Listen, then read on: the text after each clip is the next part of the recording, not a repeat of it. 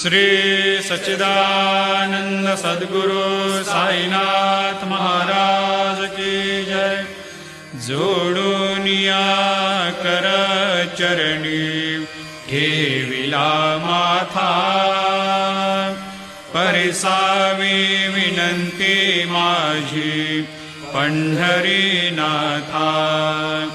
असो नसो भाव आलो तुझी या ठाया, कृपा दृष्टी पाहे मजकडे सद्गुरु राया।